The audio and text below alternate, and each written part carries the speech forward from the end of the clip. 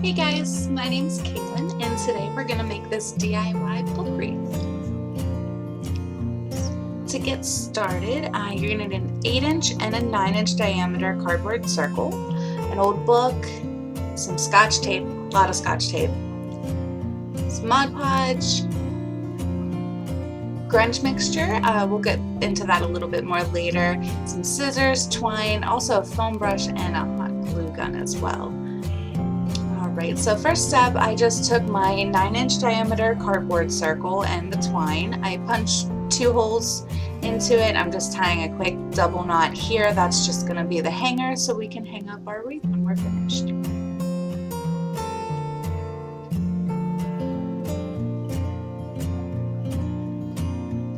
Alright, and then now on to getting our book cut and actually making the rolls for the wreath. So you're just going to grab a handful of pages out of the book and trim off the ends here. That way you kind of get rid of those messy ends and gives you a cleaner roll.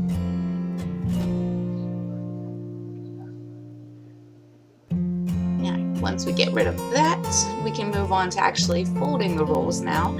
So you're just going to grab a page of your book here. This is how I do it. You'll figure out your own kind of way of folding these that makes it easier on you. I pull from the right hand side, kind of line up that center angle there, and then wrap it around from the left hand side. But honestly, this part you're probably gonna rip a couple pages and throw a couple pages, but I promise, once you get a technique down, you just kind of want to get that little peak in the center there and the top to line up and give a nice clean roll, but it does take a little bit of practice to get there.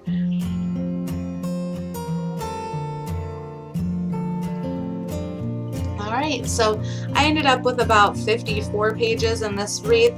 It'll kind of just depend how thick your pages are, how big your pages are, the book is, how many you need. So you'll figure it out as you go. If you need more, just make a few more. So to get started with our rows here, it's super simple. You're just going to grab that 9-inch, the circle that we put the hanger on, and start taping your pages. So I put 2 things of scotch tape on both sides, and just kind of work my way around. So you'll kind of get a feel for the spacing. Don't freak out if there's spaces between them. That's going to be covered up by our other rows here.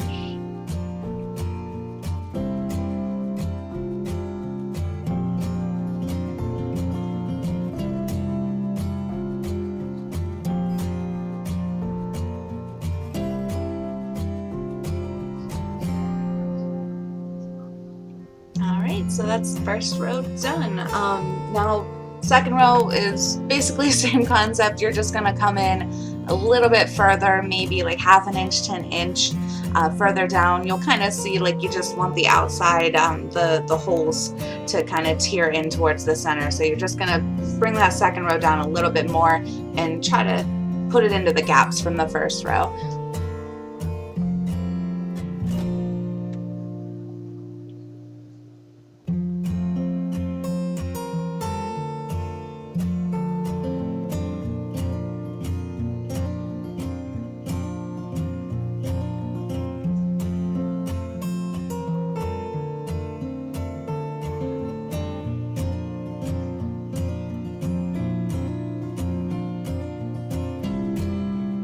Second row is done, and now we'll just repeat again with the third row here. Third row can get a little bit trickier just because it is a smaller area. If you made any tighter, smaller rolls, this would be a good place to save those and use them here. It can get a little cramped, but if you have to bend them at the bottom there, that's fine. That's all going to be covered up by the center. So just get them in there and make it look as good as you can and as even as possible going around.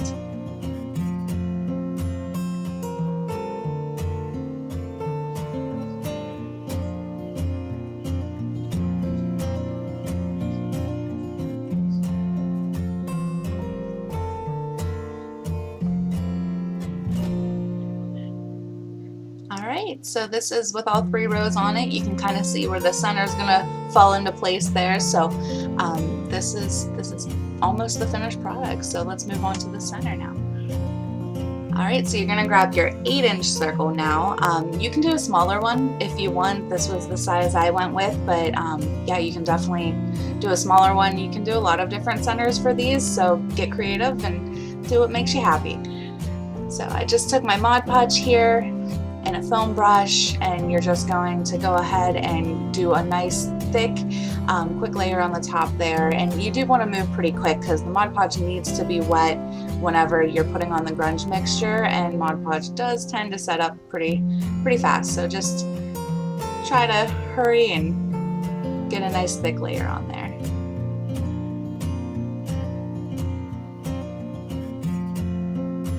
Alright, so this is the grunge mixture that I mentioned. It's just instant coffee, cinnamon, and nutmeg. So there's no real science to it. I honestly just kind of dump in the instant coffee and then add some of the cinnamon and the nutmeg and kind of scrunch it up a little bit, try to break up the bigger clumps. But you're just going to take your mixture, put it onto that Mod Podge, use the spoon to kind of spread it out, kind of tap it on there and make sure it's, you know, adhering to it, and then using the spoon to kind of get off the excess as well. So once you're done with that, you'll just set that aside, let it dry. It does darken up a little bit as it starts to dry. And then we're in the final step here. So you're just going to take a hot glue gun and go around the back side of the center that we did. It's going to be a pretty thick layer, as much as you can around there, because it just makes it easier to adhere to the center. So keep it pretty thick going around, but you do want to work pretty fast because hot glue sets up pretty quick as well. Alright, and then most important part is make sure this is centered and where you want it before you push it down, because there's really no going back. So you just want to center it. You're going to push it down in there and then kind of put some pressure on it and hold it in place for a little bit and let that glue stick. It doesn't take long, and you know, you're not crushing it. It might look like you're crushing it, but I promise it'll be beautiful when it's done. And that's it, guys. That's the finished product. So it's super simple. It's really cheap. It's just, you know, a fun craft night. It looks beautiful hanging on a wall. I have mine in my bedroom. You can hang it if you have a library. It would be awesome to have in there. So that's really all there is to it. So thank you guys so much for watching. And if you have any questions, I know this was kind of a quick run through, so if you have any questions, leave me a comment down below. I'll put links to all of my social media here, and if you have any ideas for any other DIYs that you'd like to see me do, let me know. So thanks again for watching, and we'll see you on the next adventure.